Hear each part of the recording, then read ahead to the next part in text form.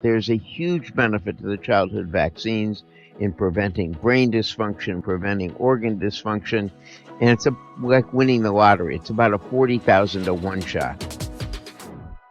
When you hit 90, you may be able to get to be 40 again, or you may be able to slow your rate of aging. So it's not improving, it's not lasting longer in your 90s and hundreds.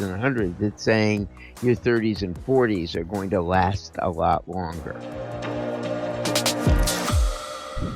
Thanks for listening to part 2 of my amazing conversation with Dr. Mike Roizen, who has helped tens of millions of people improve their health and wellness through simple lifestyle changes we can all make. If you haven't yet listened to part 1 of my amazing interview with Dr. Mike, please check that one out first.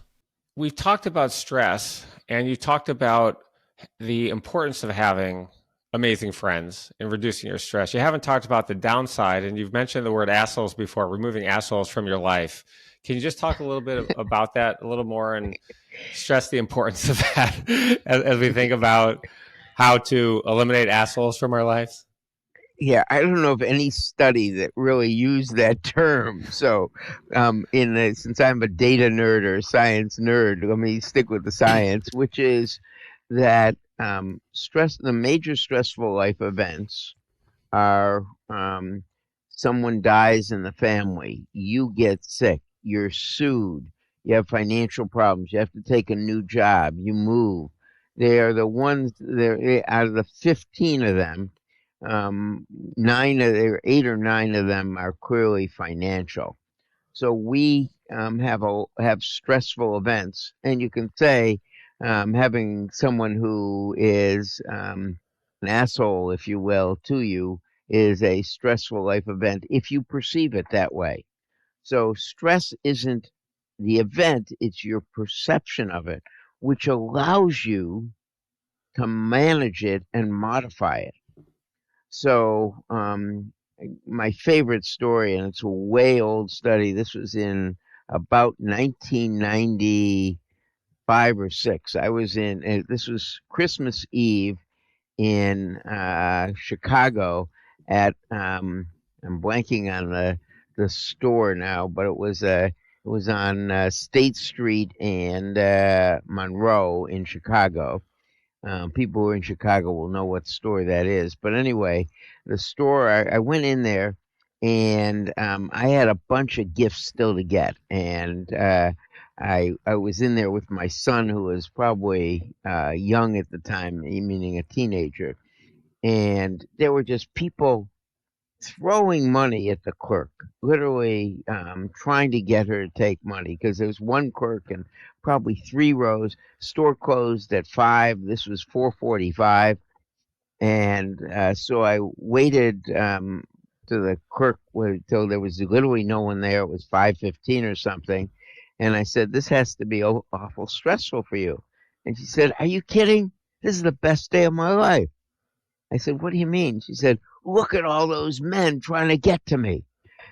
So she had reframed the situation into something positive, and something that to me would have been very stressful. All those people waiting for me, she looked at as a very positive thing. So how you look at something really determines, and so you can modify that. And I've taken that to heart and practice. So I practice a stress management technique. It's just deep breathing, putting a finger on your belly button and doing a double breath in twice a day, and getting your belly button to move out as you do it. And my belly button moves out. I know I'm breathing correctly, but I'm focusing on my breathing and nothing else. And I do that 10 breaths morning and night. And so that's my stress management. Someone cuts me out often in traffic, I put on my finger. Someone does something else, my finger goes to the belly button, and I just deep breathe through it. So you've talked about flu shots in a lot of your research, and how regularly taking flu shots over the years increases your life expectancy. I haven't heard a lot. You really paid a lot of attention to that talk. I'm impressed. Thank you. You're welcome. But you haven't talked a lot about COVID tests, and there's a tremendous amount of controversy right now among the effectiveness of COVID tests, the safety of COVID tests. Can you talk to us about how not of the tests, you're talking about of the vaccine? Sorry, I apologize. Yes, the vaccine itself. there's a lot of controversy over the COVID vaccine. A lot of people worry about its effectiveness and then health issues, risk issues, especially because they've only been around for a couple of years. And we've seen so many vaccines throughout the years not work out well over the long term. People just don't know. There's not a lot of tests going back that far, not a lot of data. Talk to us about Let me go and talk about vaccines in general, because I have very strong opinions about vaccines in general and maybe different opinions about COVID-19 boosters. So I'm going to come to both. So I apologize, and I don't want to turn any of your listeners off. Mehmet Oz and I interviewed over 150 people on every side of the vaccine issue related to the childhood vaccine schedule, and believe it probably could be changed without harm. But there's a huge benefit to the childhood vaccines in preventing brain dysfunction, preventing organ dysfunction, and it's like winning the lottery. It's about a 40,000 to 1 shot. Well, when we published this in a different vaccine schedule, that was Dr. Green's vaccine schedule, that we thought was just as valid as the CDC one, no one would talk to us again. The people on the right wouldn't, the people on the left wouldn't. But in fact, the vaccines, it's about a 40,000 to 1, and you'd put down $1 to win 40,000 if the worst that you could happen is you'd lose the dollar.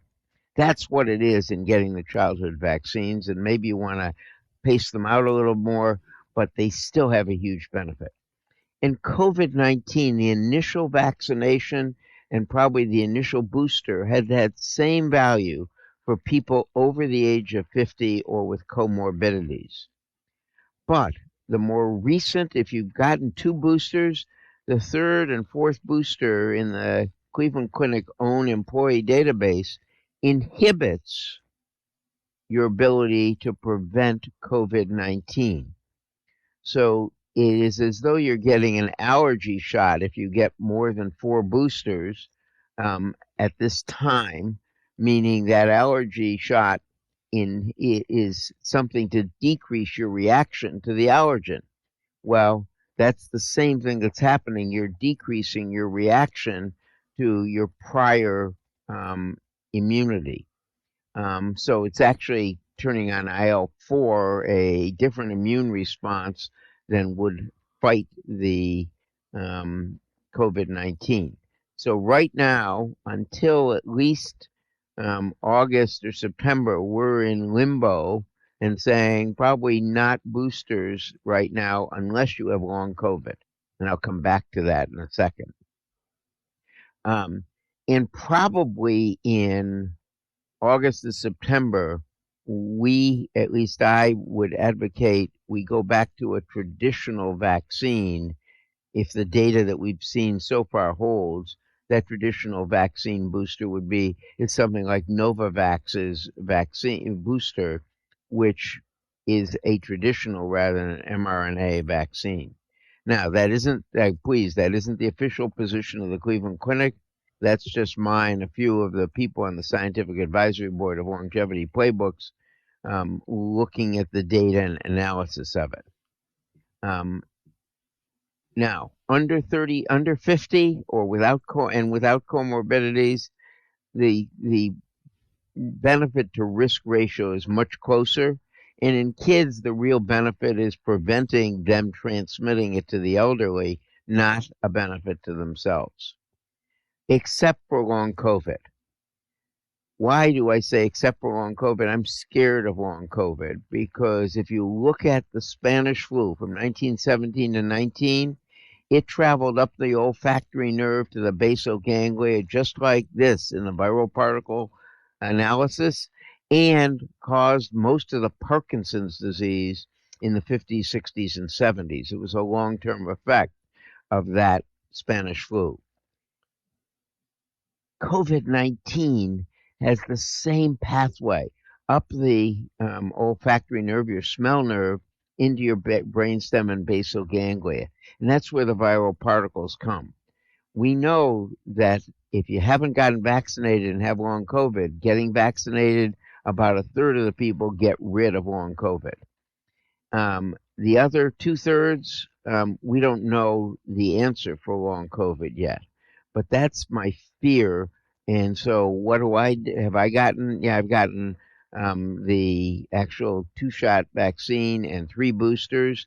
And sometime in August or September, I may get the next booster if the Novavax vaccine data holds as it looks like it is now.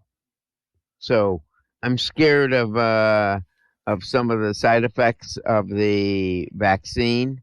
But as you know, I'm an old guy. I don't have comorbidities that I know of, but I'm an old guy, and so I'm scared of the inflammation. And when we go back to the flu vaccine, you get the flu vaccine 10 years in a row, you decrease risk of dementia by 40%, as opposed to people who get it irregularly during that period and not consistently every year. That's due to the inflammation that the flu itself causes that you dampen down if you get the flu vaccines.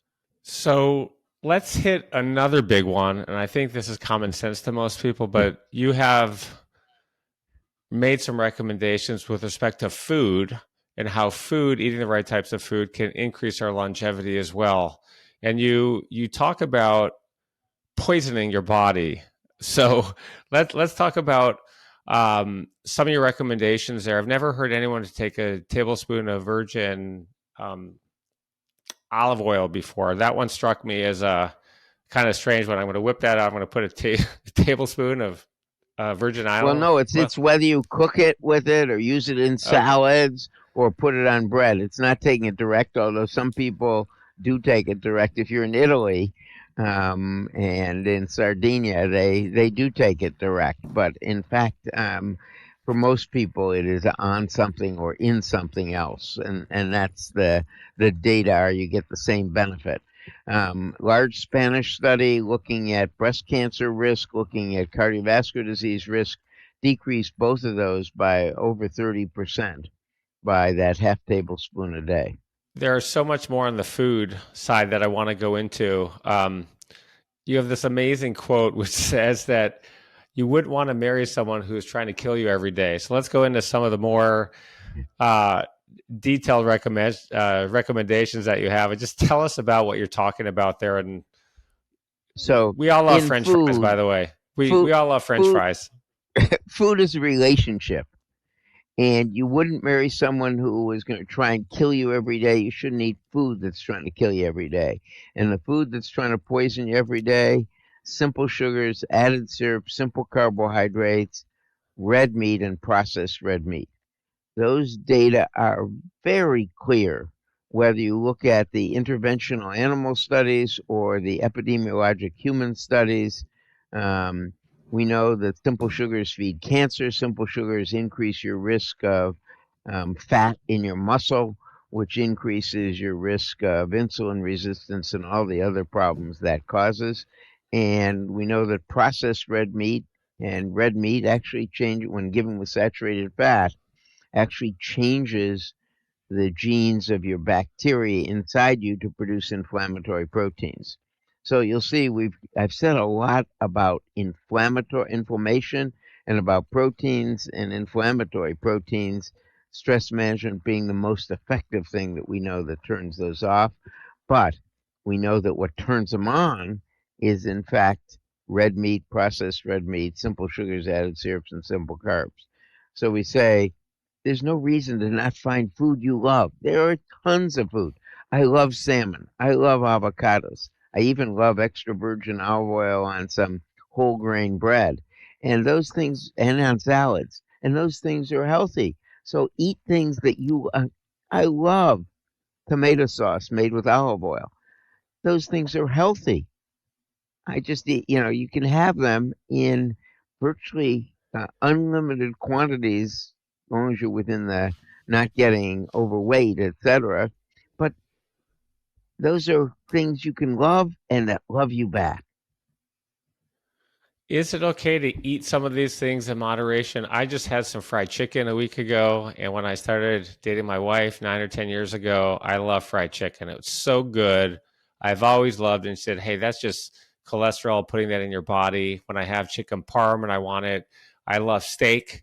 And I've talked to my doctor. I have a executive concierge doctor as well, and we talk a lot about these things. Can you eat these things in moderation and not have it affect how long you live, or are you Well, saying let's go cold turkey? it depends on what you call moderation. So 4 ounces of red meat a week, um, assuming nothing else in that category, doesn't change genome functioning of the bacteria so much as to cause inflammation in you. But 8 ounces twice a week or one big steak will do that, even if all you have it is once every week. So that's the risk. You can measure what it's doing to you by measuring your TMAO level. And if your TMAO level is above 1.6, then you know you shouldn't be having that red meat. So you can find out because there's some people whose bacteria don't react that way. We don't know why. Um, the As far as fried chicken, get an air fryer.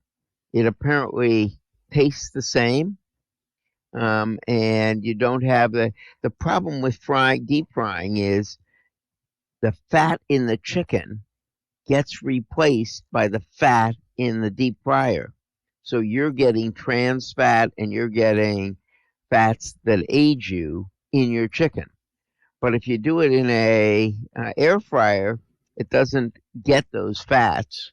Um, it does oxidize some of the fat in the chicken because of the heat that's generated.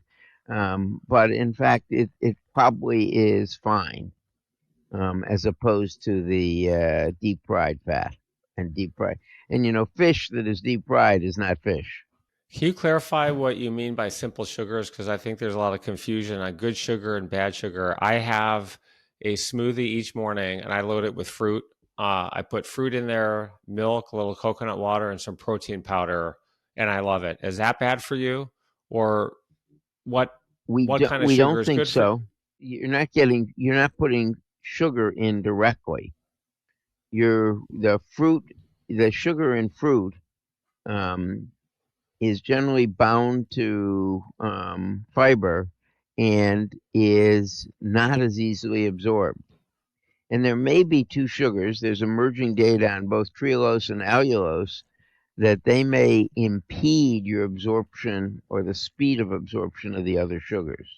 So it's anything that ends on an ose is a simple sugar: maltose, lactose, glucose, sucrose, etc., dextrose.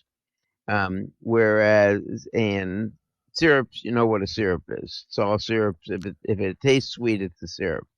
Those things feed cancers, and but in at 4 grams a day, 4 grams per hour, 20 grams a day, you're probably fine. Your body handles it fine, as long as you don't go more than 4 grams of added sugar in any hour. So moderation is fine there. Obesity is one of the biggest health risks in the United States, actually in the world. Heart disease, I think, is the number one killer of people in the world. Can you talk to us about brown fat versus white fat, Ozempic, these new diet pill or diet shot drugs that reduce weight, and fat reduction surgery, liposuction, and the effectiveness of all of this? And where do you stand on all of this?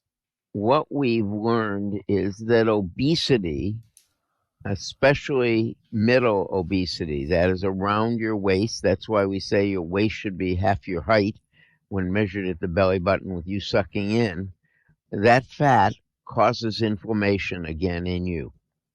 That's white fat, but the white fat came from mother fat, as did brown fat. Brown fat uses calories when you're young, under the age of 6 months. It's what keeps you warm and your organs warm when your mom isn't swaddling you full time. Wouldn't it be great to change that white fat into mother fat and regress it to brown fat? And then you'd be able to stay thinner. And one of the things that the GLP-1s do is stop cravings, But another that they do apparently is convert some of the white fat to bronze fat and increase metabolic rate, in addition to causing the stomach to not empty as fast so you don't feel as hungry. So three different effects of the Mounjaro, Sodexo, and Ozempic, Wegovy. And I think they're very useful for some people. I have a number of patients who literally would think food 24 hours a day. That is, even when they're sleeping, they're dreaming about food that they're going to have the next day. And and it gets on, and they can't think of anything else, you know. Um, and so for those people, these drugs are tremendously beneficial. They don't cost any place near what they're being sold for, even wholesaled for, to make. So I think we will get to the point where if this really stops drug abuse, if it really stops alcohol craving, if it really stops food craving, we're going to have that in a lot more people and save the country a ton of money in medical costs and save each of us a ton of shortening of disability free lifespan. So we're going to get to live longer, younger, healthier. Um, if if these really are as good as they seem to be, and we've only had them for a couple years now. I have a bunch of friends who are taking it right now, and they tell me it's very painful. And they also said there's a lot of side effects. What do you think about the side effects? Is the risk reward worth it for people who are not tremendously obese, but maybe they need to shed 10 or 15 pounds to just look trimmer and feel better about themselves? We don't know the answer to that. Um, I can tell you that um, if if they have an infinite craving, and if they're really suffering from that craving, it may well be worth the risks, but we don't know the long-term risks. These have only been around in clinical trials for 2 years. So we really have no data on, do they change brain functioning long term? Are they okay for teenagers? We don't really know any of that data. So I just be speculating, and the speculation is for people who can't do it any other way and have an infinite craving, whether for alcohol or opiates or food, these seem to be very effective. Every year, there seems to be something new with respect to our health and how we can take care of our bodies better. Can you talk to us about the effectiveness of a hot sauna and a cold bath and all the rage right now, the effectiveness of a cold plunge? We have much better data on the hot sauna in populations due to their presence in Finland and even British Columbia and some of the Canadian areas where it was worried they would increase that a sauna would increase heart disease, increase stroke risk in people who were at risk, and they decreased it. And it appears that both hot and cold work through the same mechanism, turning on heat shock protein. That is an abnormality going up or down in temperature, seems to do the same thing. And by the way, red light seems to have a similar benefit, but through a different mechanism, increasing ATP production. Um, Nevertheless, what I'm saying is cold and hot work through heat shock protein, at least in animals and in the human studies so far, and that preserves proteins from getting into a abnormal shape, and that apparently keeps you younger longer. I think all of us have been taught that taking vitamins every day will improve our health and prevent illness. And a lot of us have also been taught you should take some vitamin C and sometimes vitamin D and fish oils. Can you talk to us about their actual effectiveness in prolonging our life and also where creatine factors into that? Yeah, so there are, if you look at the 53 or so that we've been asked to analyze on in the longevity playbook, and we have a library that goes through each of them with a summary, and then that's in lay language, and then all the data for physicians to look at or practitioners to look at, or you to look at if you want. Um, but there 15 of the 53 have enough data in humans on benefits that we think most people should talk to their practitioner about whether they're beneficial for them. Of those, one of them that we were surprised with was creatine. Creatine is a protein that's used in the younger set, meaning 15 to 35, to try and look like Arnold does.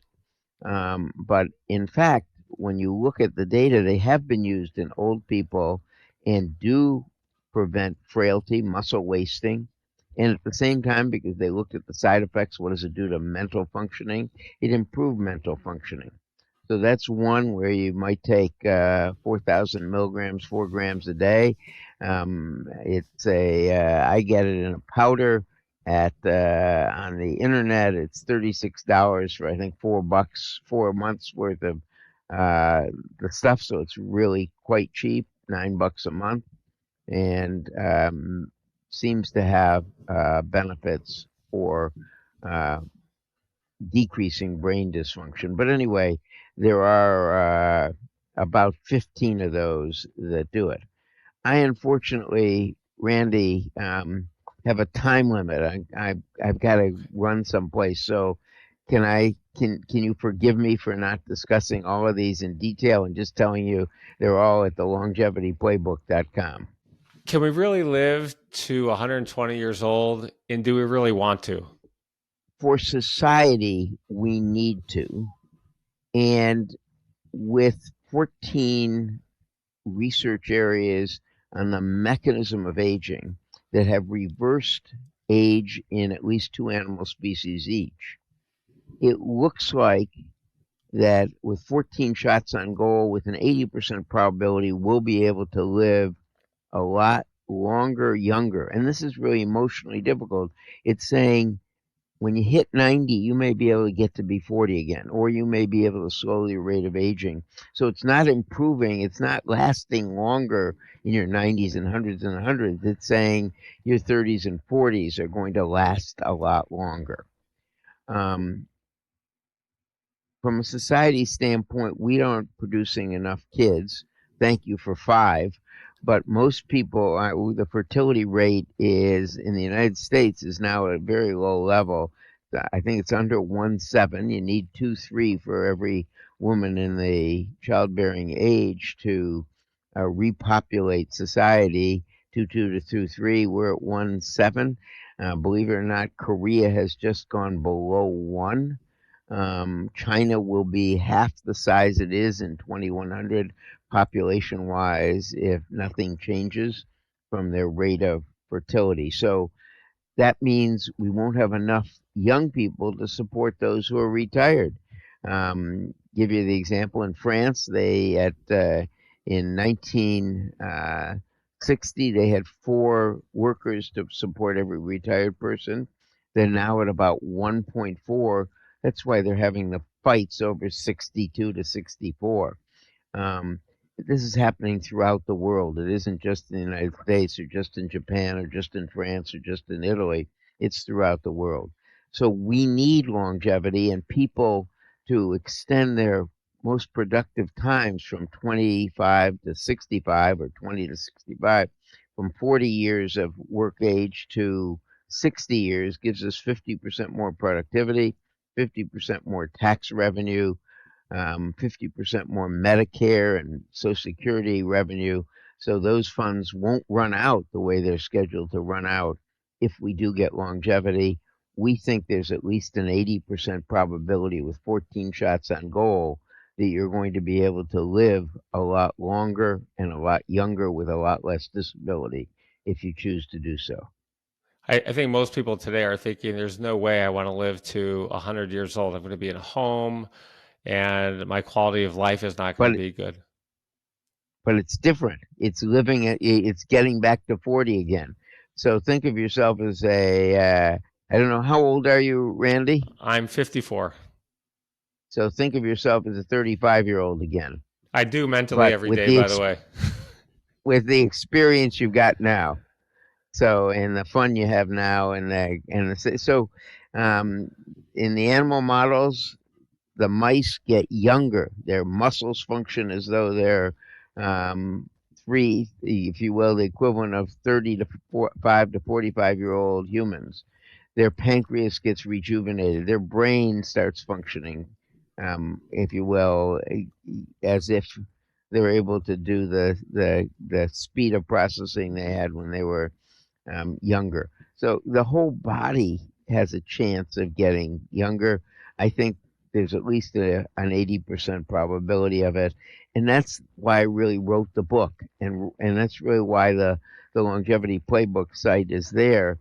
It's to help people curate and understand what will happen, plan for it, and get there in great health so they actually have a disability free longevity. So they really can be functionally the way they were when they were 35 or 45 again. So the last question today, this has just been absolutely fascinating, and I just love talking to you. I love your talk at the conference. The website, by the way, is incredible, and so is the book, which I've read. The issue, I think, for most people, Dr. Mike, is there's so many things on the checklist, and people are not going to go to the website every day. They probably won't go to the app every day. Is there just a simple 8x11 checklist that we should be looking at every day to make this easy on us? And is this really doable or practical to do all of these things? Um, the answer is you should only do what you like doing and what you love doing, and that's the point. You can find a whole bunch. There are many choices. Do some things you like, and if you like it, then add on. Um, so that's how I did it. In other words, I never knew the dangers of red meat and processed red meat, and that they were changing the bacteria functioning inside my gut the way they are. I never knew that, if you will, there was a benefit to starting a statin early and getting control of my cholesterol. I never knew that half a tablespoon of extra virgin olive oil a day, or that smelling 4 different smells was that important, or that cooked tomatoes were that important. But those are easy, right? Doesn't take much extra time. Um, and so I've added on, but no one's perfect, and so there's no, this is not to say you should be perfect. But the deal, by the way, the subscription, once you get through the free trial, if you want to subscribe, it's $200 for you for a year, but you get a friend, and the friend is the biggest boost, whether it's your spouse or another person. That's the way you stay younger, and why you encourage each other to do things and try other things that may be fun for you. Dr. Mike, again, thank you for being here. I hope everyone's going to go out and buy your book. We're going to put all the links in the podcast and in the video that we're going to put on YouTube. You've truly influenced the lives of tens of millions of people, and the world is better for it. So I appreciate you being here. Thanks for being on my show. Thank you, Randy.